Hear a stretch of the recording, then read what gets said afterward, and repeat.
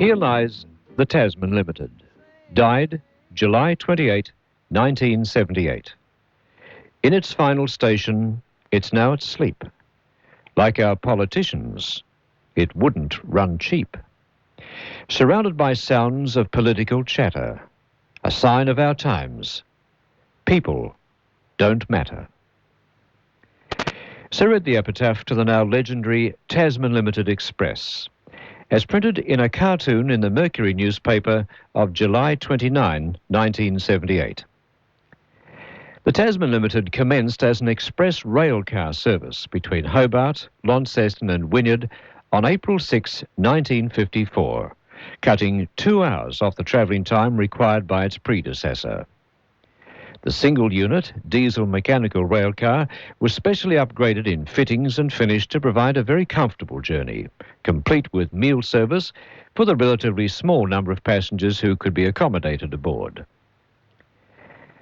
When first inaugurated, the Tasman Limited wore on its leading sides a wooden name board. Whilst it was on the Wynyard to Weston junction leg of the journey, it displayed the title, the Launcestonian. Then, when it was on its way from Weston Junction to Hobart, it collected the name of the Derwent. The entire Hobart-Wynyard leg of its journey was called the Table Cape. In this form, the Tasman Limited was very popular, so much so that the Tasmanian Government Railways decided to expand the service into a locomotive-hauled consist. To achieve this, in 1955, 3 special carriages were constructed at the Launceston Railway workshops.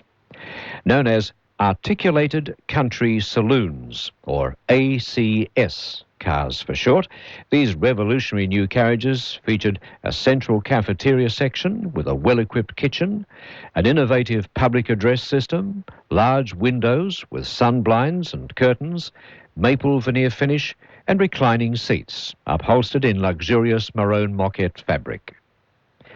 The outside livery was, in common with their railcar predecessors, cream over bright red. The locomotives normally used were X-class diesel electrics, although sometimes a Y-class diesel electric locomotive was pressed into service as an alternative. For many years, these locomotives were also bright red in colour, with a cream stripe along each side, which met in a chevron or V-shaped marking at each end. The ACS carriages were hailed as leaders in setting new standards of travel comfort, and soon became the pride of the Tasmanian Government Railways fleet for many years. A 4th identical carriage was constructed in 1957. The Tasman Limited was soon to be acclaimed as being the most luxurious passenger train in Australia. The effect on the Tasmanian tourism industry was for many years profound. Day return trips between Hobart and Ross became exceedingly popular, with passengers arriving at Ross by the Tasman Limited at 12:31 p.m. to be met by a guide who gave a conducted tour of the historic township. At 3:01 p.m, the southbound Tasman Limited was boarded for the return trip. All this for the princely sum of $3. A similar scheme existed for passengers travelling from Burnie, Ulverston and Devonport. Arriving aboard the Tasman Limited at Hagley at 1:07 p.m, the party would be met by a bus, taken on a conducted tour of the district, returning by the westbound Tasman Limited at 2:38 p.m. It was not only locals who enjoyed the unique Tasman Limited hospitality. Hundreds of interstate and overseas visitors and some VIPs sampled the Tasmanian Government Railways' finest. In 1970, British Commonwealth parliamentary delegates were unanimous in praise for the train. Many countries were represented, and typical of the comments were, "We've been jetting all over the place, but to relax for a few hours in comfort, to enjoy sincere hospitality and take in unspoiled scenery is, up to now, a highlight of our Australian tour." Although the Tasman Limited ran an extremely safe and reliable service between Hobart and Wynyard for 23 years, it did not do so without a few mishaps. These were mostly confined to minor derailments, but the few level crossing accidents in which it was involved, although serious, had no effect on the safety of its passengers. One of the worst incidents in its history occurred on December 5, 1970, when the northbound Tasman Limited struck a semi-trailer on the River Road level crossing near Burnie. This caused the leading locomotive, X8, to derail and plunge down an adjacent embankment, stopping with part of its front submerged in the Emu River. Injuries to the locomotive crew and the driver of the semi-trailer were miraculously slight. The second locomotive and all carriages were unaffected, but it was the end of the day's running for the Tasman Limited. The locomotive was subsequently recovered and towed to Launceston for repairs.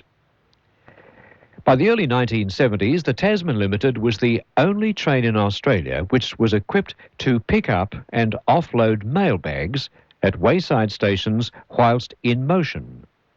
A retractable arm fitted in the doorway of the guard's van exchanged mailbags whilst the train proceeded at a speed of 30 kilometres per hour. As the private motor vehicle became more sophisticated and millions of dollars were spent by successive governments in improvements to the arterial highways, passenger loadings on the Tasman Limited gradually decreased. In 1974, the entire Tasmanian government railway system was sold to the Adelaide-based Australian National Railways Commission in a contract initiated by the federal and Tasmanian governments of the day. The entire Tasmanian railway system had by then become run down. To facilitate its financial and physical rejuvenation, a number of rail services were discontinued, one of the first of which was the Hobart Suburban Railway Service, which last ran in 1975. In July 1978, the Tasman Limited was announced as yet another casualty, for the revenue it earned was little more than 1/3 of what it cost to run.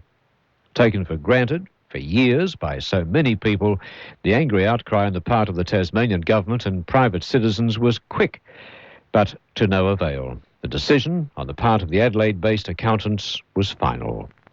The sad, final journey of the Tasman Limited was made on Friday, July 28, 1978. All along the route, a convoy of cars followed the train, parking by road crossings as cameras clicked while train passed by. At Ross, a farmhand squatted in a paddock with his 2 dogs and waved a farewell. Housewives in the country towns along the way leaned over their back fences to pay their respects as the train glided by. The buffet hostesses aboard continued their tradition of courteous service, handling the additional passengers easily. Regular passengers who were travelling for the last time gave each of them a bouquet of flowers as a farewell. At both Hobart and Wynyard stations, a group of Friends of the Earth staged a sit-in demonstration after the Tasman Limited arrived. Many passengers left the stations asking themselves why had they not tried the train before? There were moves proposed by a union to continue the service themselves, but the logistics involved were obviously impractical. And so ended the Tasman Limited service, and the last tangible link the Australian National Railways Commission had with the general population of Tasmania was severed, as their operations became totally bulk freight-oriented.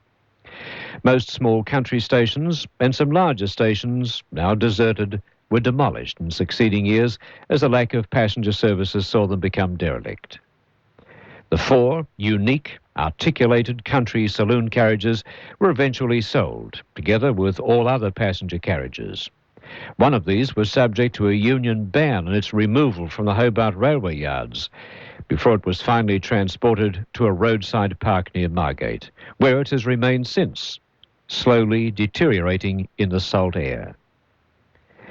The remaining 3 are now in service with the Derwent Valley Railway Preservation Society, carrying passengers to and from Mount Field National Park and Medina each month on steam-hauled excursions. The traditionally friendly Tasmanian service, originally established by the Tasman Limited buffet hostesses, continues.